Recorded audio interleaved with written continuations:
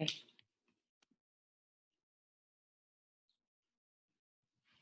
Good evening, everybody. How are we doing tonight?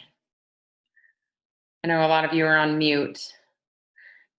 You don't have to unmute. You can just give me a nod. Great. It is 8 p.m. Is anybody else kind of like, oh, trying to stay awake for this right now? Everybody's like, no, what are you talking about? I am. That's for sure. All right, well, we'll go ahead and get started. A good amount of you were on here last week, kind of our tried and trues, which is fantastic.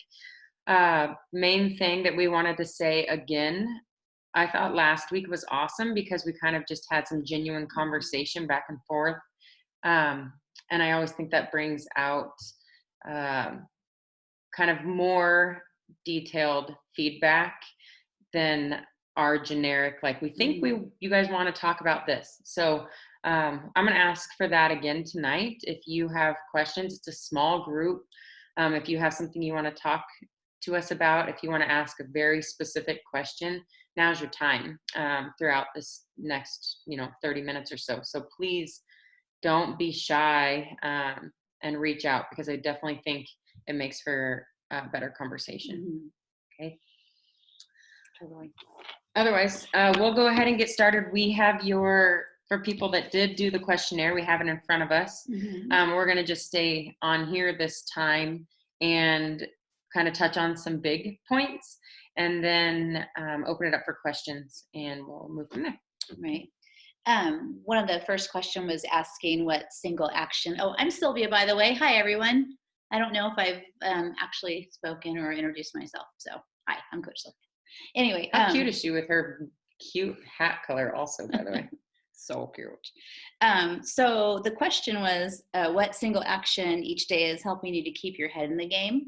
So by far, logging and prepping your food, which would be what we would suggest to anybody who was starting this process, is to really focus on logging, weighing, tracking. I mean, that's the core of tracking macros. You can't know what you're taking in unless you take those two steps, right?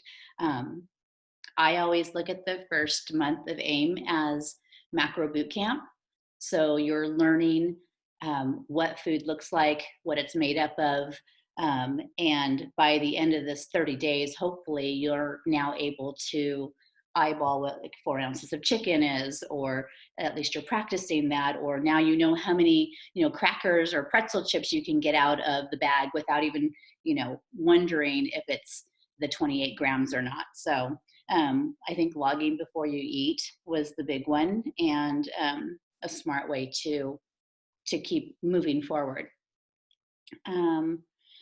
One of the other answers was taking the time to measure. So that obviously goes along with that. If you are eyeballing your olive oil still, you could possibly be taking in way too much fat and blowing it out just with one dinner. So measuring and weighing your food right now in this season is super important. So keep doing that.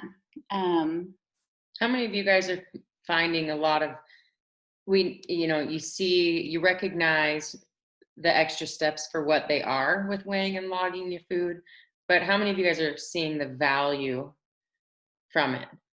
You can just raise your hand. Yeah, I mean, I think there's a lot of value that comes into more than just knowing if it's 28 grams. It's like such a good point, right?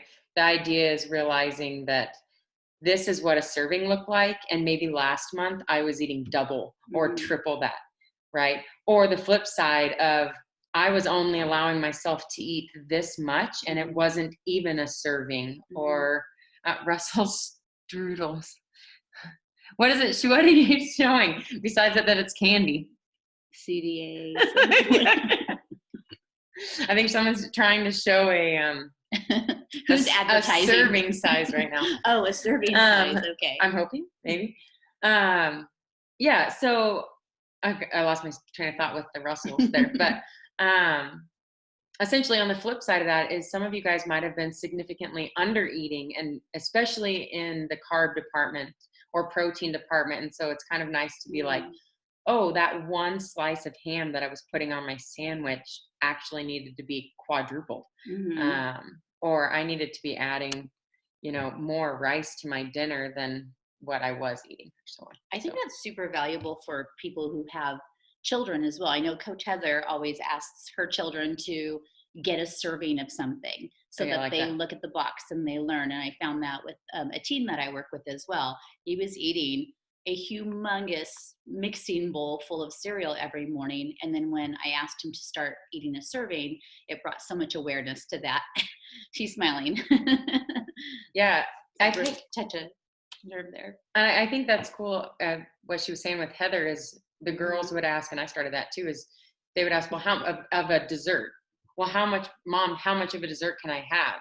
And she'd be like, well, what does it say on the box? And they'd be like, Mhm. oh, it says 8. Whatever it was, some 8 candy or whatever, pieces or 8 something, pieces or yeah. whatever. And so she'd be like, okay, you can have 8. And sometimes it backfires because I'll do that to my kids and they'll be like, it says 1 box. And I'm like, no, what? Whatever.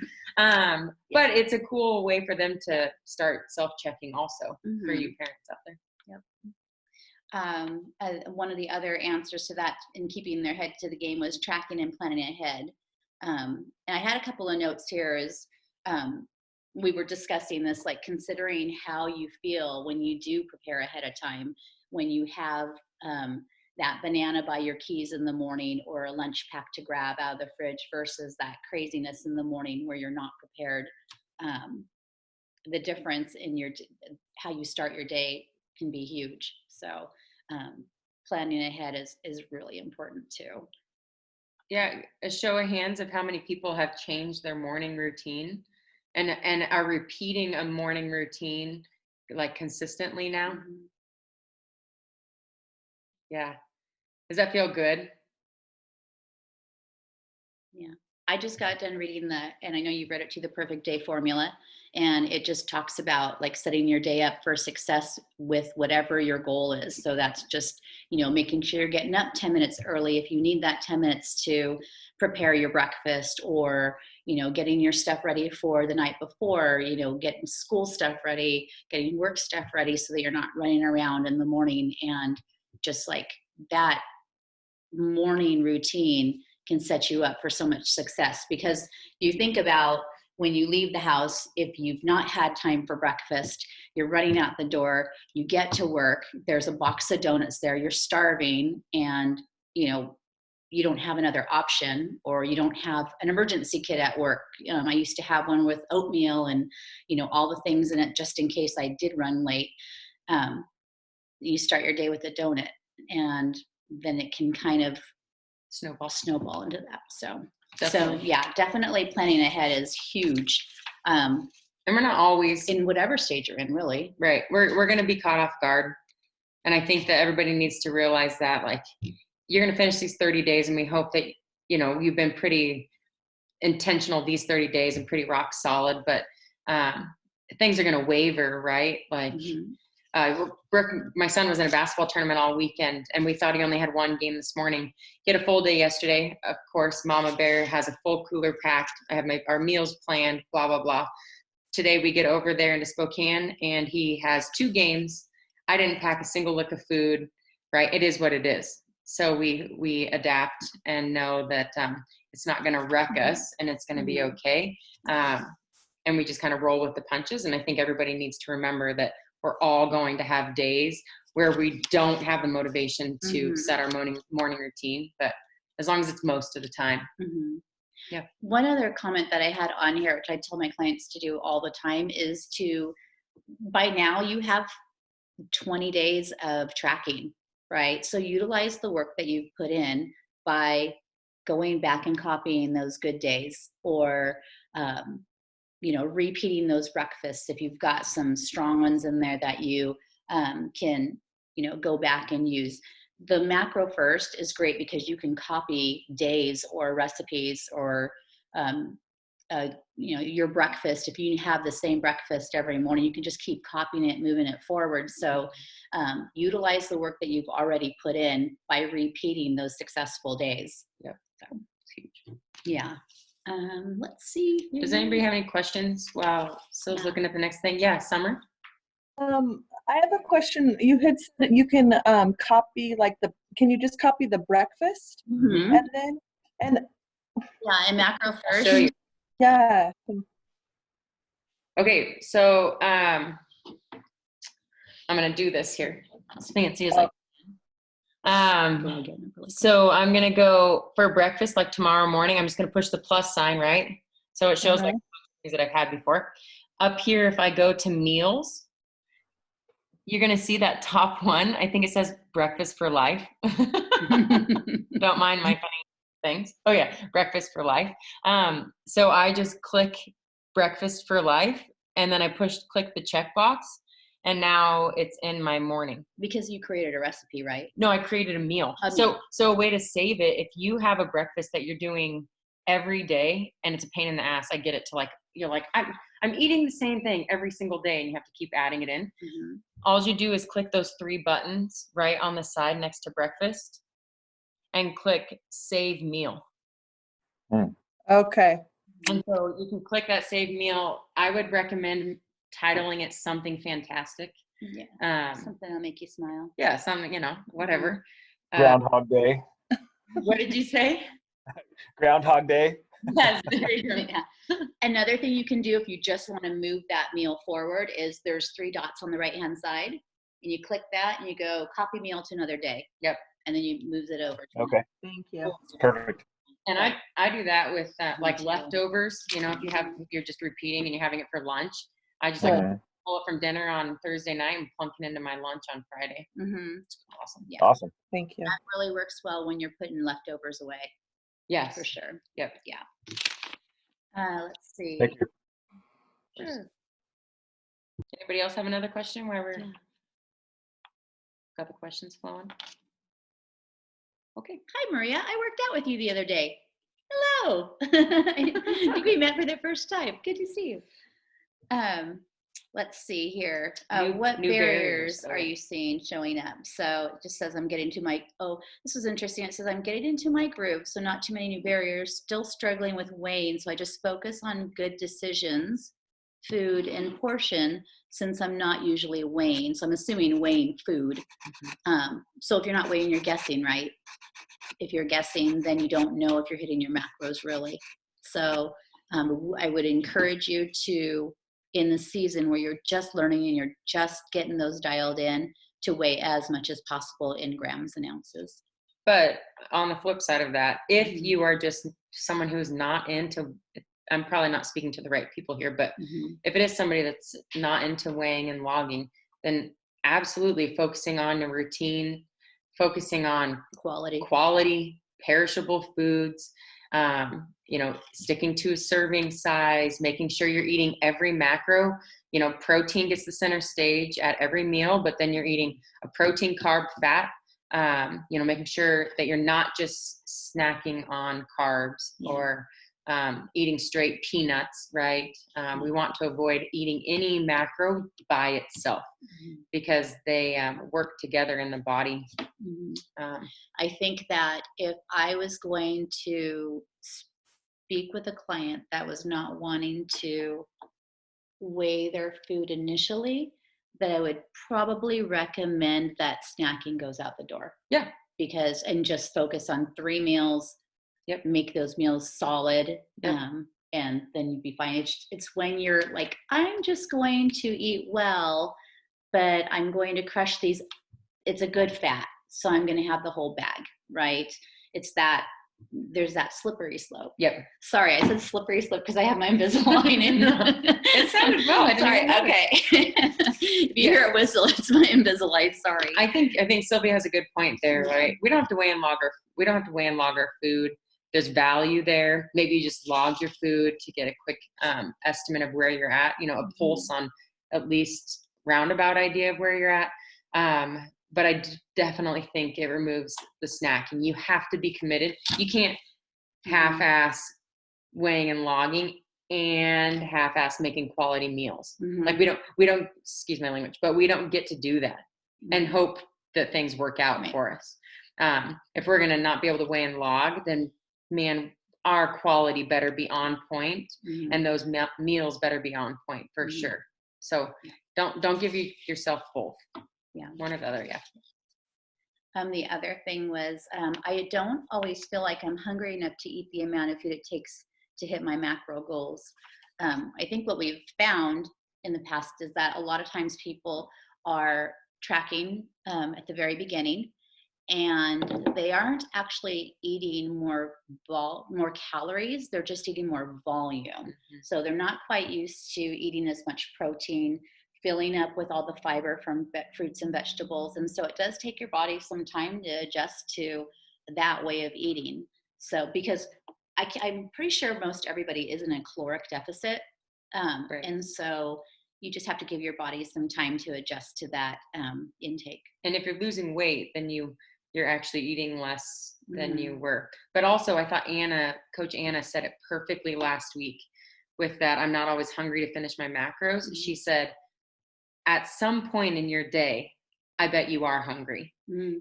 At some point. So the idea there is to take those macros that you're not hungry to eat at said time and put them into that spot. Mhm. And I thought that was such a genius way to think of Yeah, it, that's good. because at some point we do find ourselves hungry or wishing that Mhm. we had more food on our plate.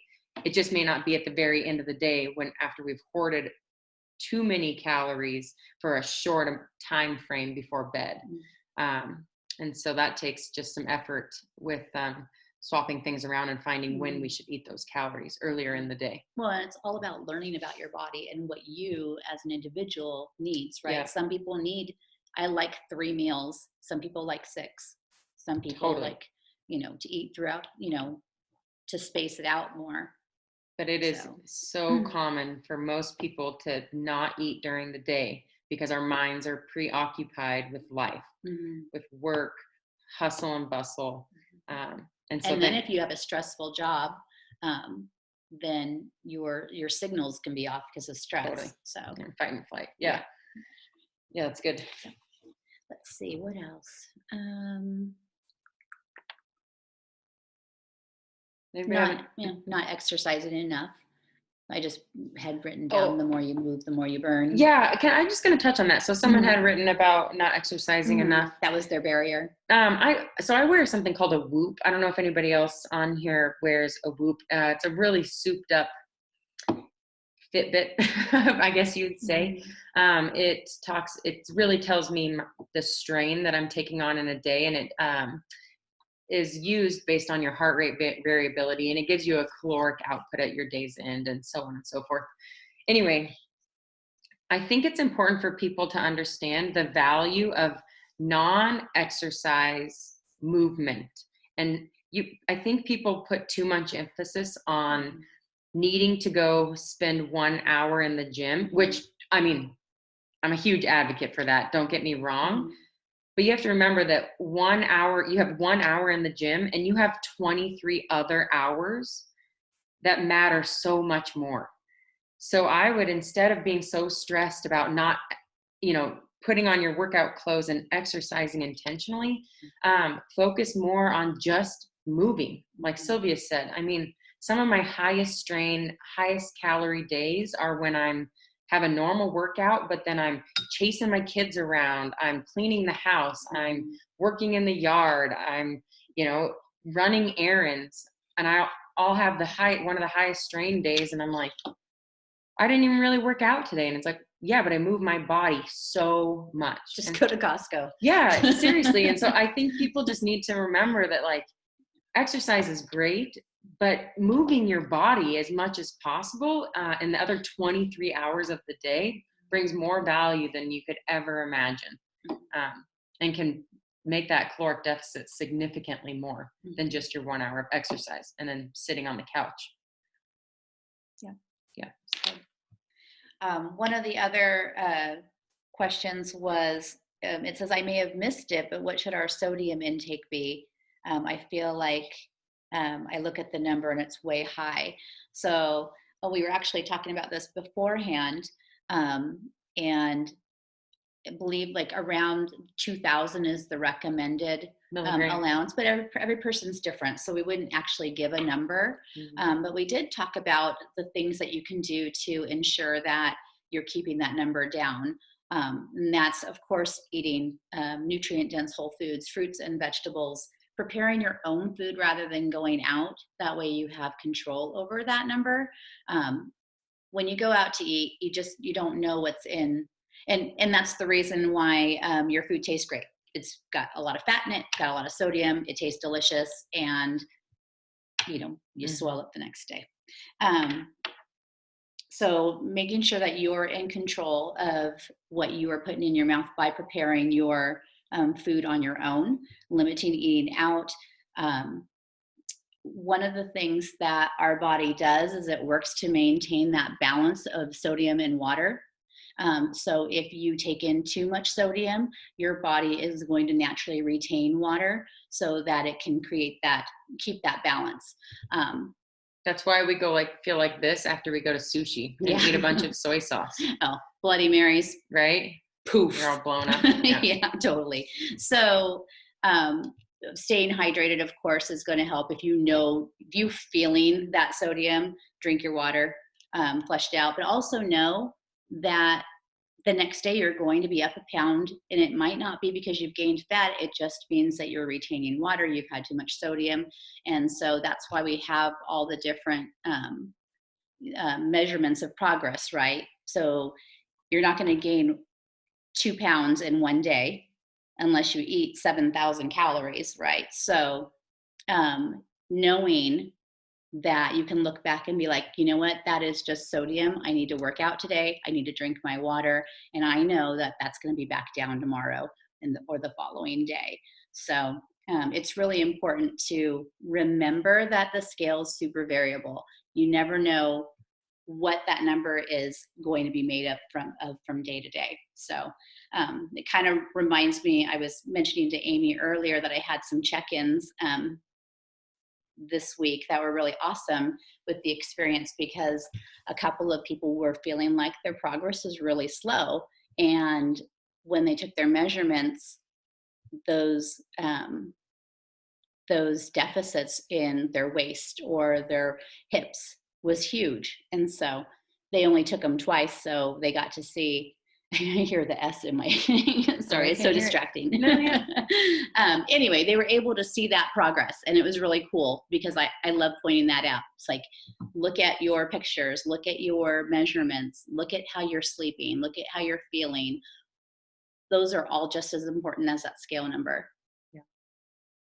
Yeah. One thing I'll say with the sodium too, guys, is just, if you're eating well, if you're hitting your macros, if you're eating perishable foods, the one nice thing about counting macros is you don't have to worry about all those little micro nutrition things.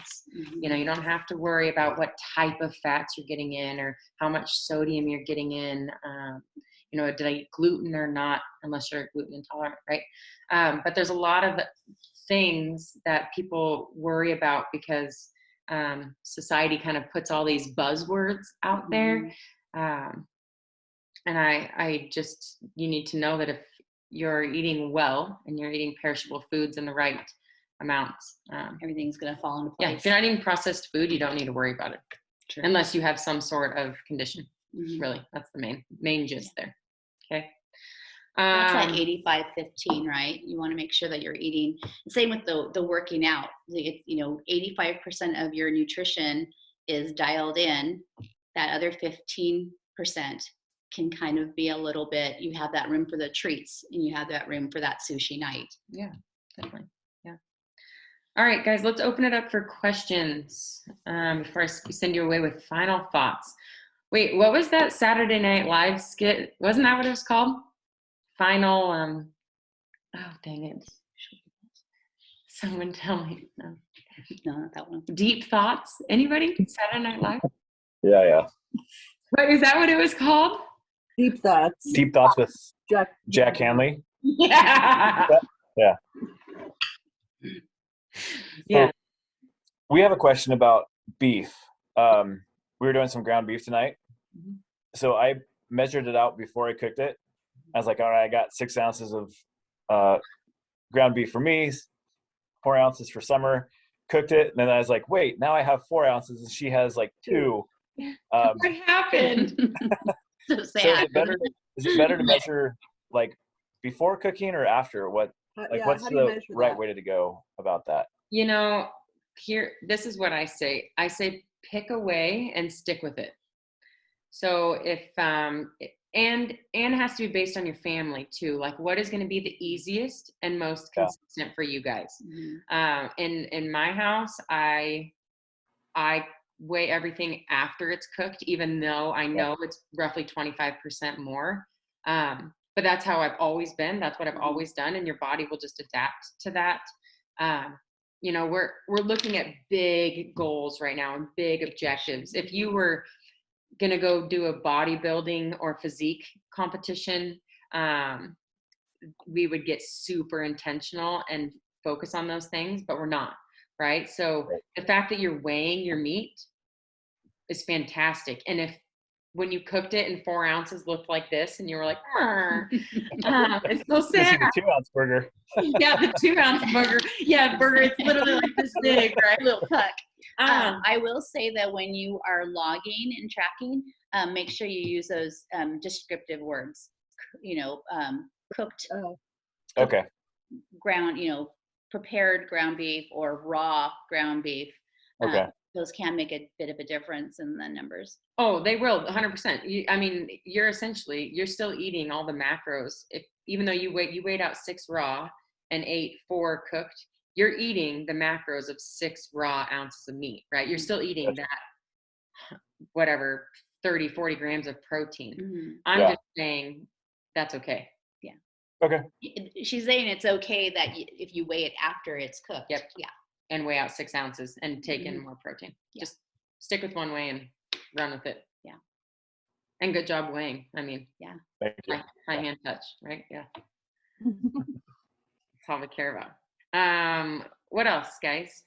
Anything else? I mean, you're in the thick of it, right? This is week 3. Most, as you can tell, most people have already thought that it has gotten too hard. And a lot of people have given up. Yeah. And that's the reality of all of this. I think people look at this as a quick fix, not just this, nutrition in general. Nutrition is the hardest to change because there are, 40 decisions a day based around nutrition. There's one decision to get to the gym or not. Mhm. But there are so many times in our day of, should I eat this or should I not eat this? When do I have this? When do I have that? Right? And it's so food based. It is definitely the hardest to shift. And it's so much about instant gratification. We find so much joy the moment something that we like hits our mouth.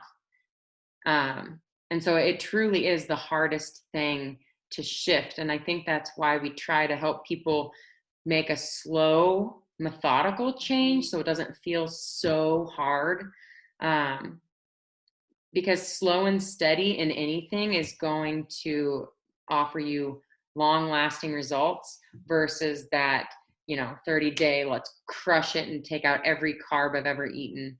It's just not sustainable. And so I guess my deep thought here is just really focusing on your routines and systems. If you guys already have, a breakfast routine in place, like that is huge. I don't know if you realize the value of starting your day with some sort of breakfast routine.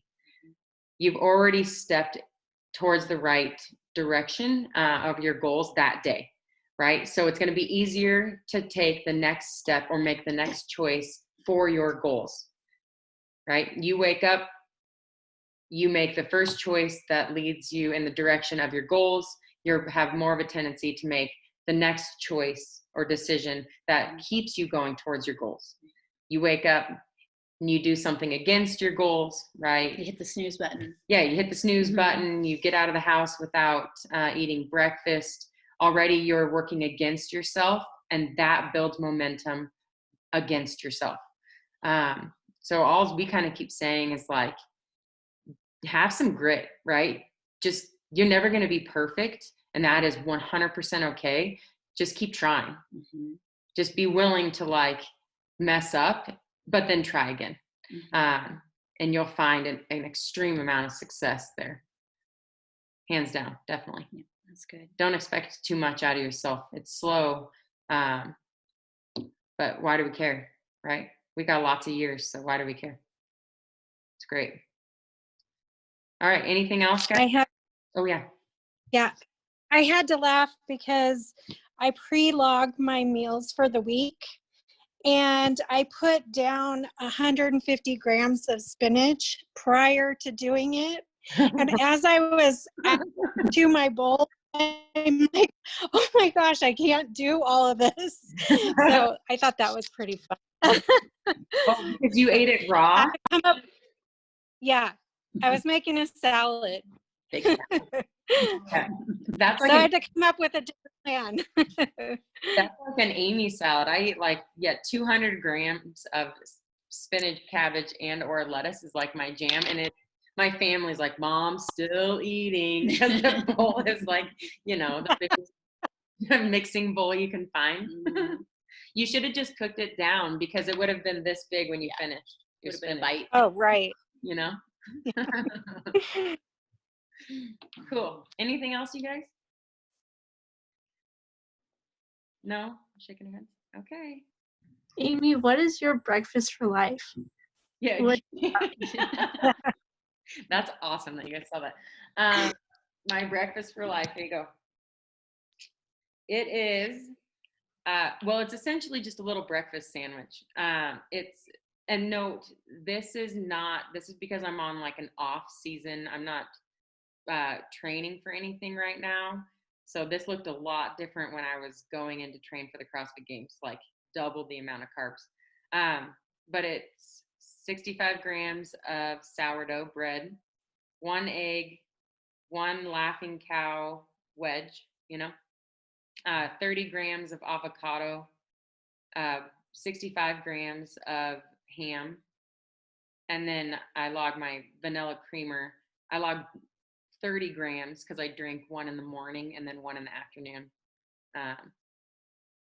That's it. So it's a little just Sounds sour. really good. Yeah, it's just a breakfast sandwich. Yeah. And you can make it if you buy like the big ham. It's called like what's it called? Forest. No, it's called some Fletcher's. I think it's a Fletcher's ham from Costco. It's big. My family will buy that, and we'll just slice it each time we go to cook. But my kids also like buying like the Black Forest ham lunch meat, and then just grilling or putting it in the pan with the egg. That makes a really good breakfast sandwich too. Yeah. And my macros, I'll tell you the macros on it. The macros are 27 protein, 46 carbs, and 16 fat. So Good balance. yeah, about 450 calories. Yeah, breakfast for life. Go ahead. I had a question. As you mentioned, you're tracking your creamer in your coffee. Mhm. Like I normally drink coffee black. Good. I have not been tracking that. Do I need to track coffee? Nope. I get black too. You don't need to. No. Okay. No. Tea, coffee, LaCroix. Just track the creamer if you use it, or the sugar. Yeah, and honestly, Okay. the only reason, I track my creamer for one because everybody knows that you can have a heavy hand with creamer, but I also am really particular with my coffee, and if too much creamer in it ruins it. So I like to know how much creamer I need. Okay. Yeah. Thanks. Go ahead. Was that it? Okay. I just said thank you. Sorry. The other thing I'll say really quick about like that, having a breakfast for life, like staple meal is it's really easy to add to. So, Carson, like I can add, if I know I'm going to go have a longer workout or I'm going to be gone longer in my day before I have lunch or something, I might add a packet of oatmeal and PB Fit to that meal. And so, but I'll still have my breakfast sandwich and then I'll have that, or I'll add, a banana and a half a serving of peanut butter, or anyway, it's just having like a little core meal is nice to be able to then grab some things and add to it if I need to. Avocado toast is my go-to. Yeah. I always do the avocado toast, cucumbers, tomato, and then I'll put like leftover grilled chicken from the night before on top of it. Yeah. It's good stuff. Yeah, and don't be afraid to eat vegetables at breakfast. I don't eat vegetables at breakfast because I go in and train or work out quickly afterward. And that's not good for me. I don't want that much fiber in my gut. Mhm. But Sylvia doesn't work out until noon. So on like Sundays when I don't work out right away in the morning, I'll make a big, more hearty vegetable type hash, Mhm. which is super filling. So yeah, that's important to note because I don't have any vegetables in there, but that is why. That actually reminds me, there was one more question, and it said how a gym performance is affected by a change in macros. Oh yeah. Oh, that's my Speak jam. to that one. Did I was any- like, yeah. was anybody on here ask that? Oh, okay. Talk to me about it. So this last week with trying to add more fruits and veggies, Mhm. I like fruits and I like veggies, but I definitely tried to put more in my diet this week. Mhm. I felt bloated and horrible. Yeah. And so like even at the gym when I was going in to work out, like I felt like my energy level was kind of slacking and kind of slept off a little bit. Mhm. I didn't feel like I really had the kind of the power to push through. Okay. David, And I wasn't sure if that was. are you in a deficit? Are you losing a Oh yeah, pretty good amount of weight? yeah. Okay. So that's going to be number one. I'll Okay. tell everybody right now, the body does not like to be in a deficit. Um, being in a deficit and performing well just don't go hand in hand, right? Because we're essentially holding back energy. You don't really have a lot of extra energy to then go work out with high intensity like you do. Um, However, there's a couple things that you can do to make sure that you stay like anabolic, so building muscle while you're working out, and then catabolic, so losing fat and so on outside of the gym. Okay.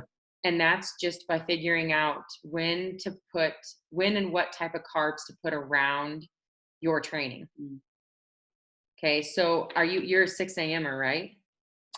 I was 5, but then my schedule at work kind of got shifted around, so I switched all the way down to 5:30 p.m.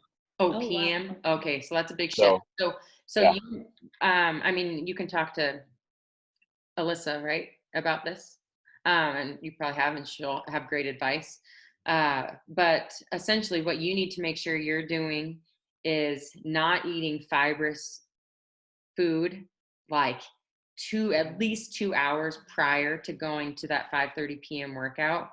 So I would probably have them at lunch, and then I would not have any until after your workout.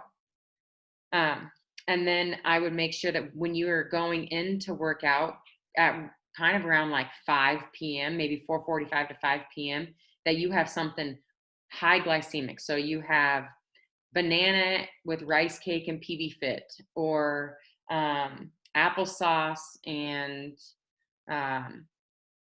well, I mean, Like a banana or anything. something. Yes, and a banana, anything that's like a piece of sourdough or a little pancake or like an Eggo waffle. I mean, you can honestly, the sky's kind of the limit there. Some quality cereal. A lot of people, athletes, will do a pretty good cereal. But like I'll do Honey Nut Cheerios dry sometimes when I'm didn't do well before going into the gym, and so I'm just like eating them in the car, and then snacking on a Fuel for Fire or peanut or banana or something like that. So essentially, what we're trying to do there is we're trying to do a workaround. We're trying to give you some quick carbs that will change into energy quickly, get into your bloodstream, and then offer you, a short amount of time of higher energy during that time that you're asking for it or needing more of it. Does that make sense? Okay. And then, so 2 things. Don't eat high fiber veggies or fruit, a couple hours prior to going in. and then making sure that you have a pre-workout, high carb, high glycemic food pretty quick, like 30 to 40 minutes before going into your workout. And the third thing is, if you're in a really big deficit, that's going to impact it. And it's, so you just, be in touch with Alyssa a lot, making sure that we're keeping that deficit low enough that you're not just dragging ass all the time, because that's not fun. And that being said, like my days off this week are Monday, Tuesday, so I plan to be there in the morning. Okay. So I'm kind of curious to see how it affects me in the Yeah. morning And tomorrow. So I'll say that too, for those of you, I know there's some early morning worker outers. What you eat at night at dinner time matters. Okay, so making sure that you are getting a nice big meal. If you have dinner and then you wait a couple hours before you go to bed, I would make sure that you're eating. A lot of people like taking in, like making a casein protein. They're called like a mug pie. Or something that is kind of slow digesting as a dessert. Okay, because Like Kodiak cake makes the cups. Yeah. So what we're looking for there is, we want to use the fuel from your dinner, because you have about 7-8 hour fasting window. So we want to use the fuel. We want to make sure that your glycogen stores get refilled, so that when you go to work out at 5 a.m. or 6 a.m., if you can, same rules apply. Eat half a banana or full banana. Rice cakes are awesome. Applesauce, anything like that before you go in. And then, it'd be a good time to start looking at like a BCAA, branched chain amino acid drink. And that kind of just starts the protein synthesis process that early in the morning, when you're asking a lot from your body. That was probably a lot. Sorry. You can ask me those questions at the gym too. I'd be happy to chat about that. cool. We're taking notes, but I appreciate it. Thank you. Okay, good. Hopefully that helped for someone else too. Okay, anybody else have anything? That's pretty much it for the questions. Yeah, that was great. Okay, cool. All right, guys. Well, that's a wrap. The challenge for this next week. Yep. So the challenge for this week, we have our winners for the fruit and vegetable logging. That will get posted in the morning. And then this week it is 30 minutes of intentional movement. So all you're trying to do is you're going to log in your notes if you got in 30 minutes of intentional movement each day. Okay. And that can be raking leaves in the yard, right? It's like, I'm going to go move my body. Sound good? All right. I'll push that out as well tomorrow morning. Cool. Okay, everybody. Have a great night. See you later. Bye-bye.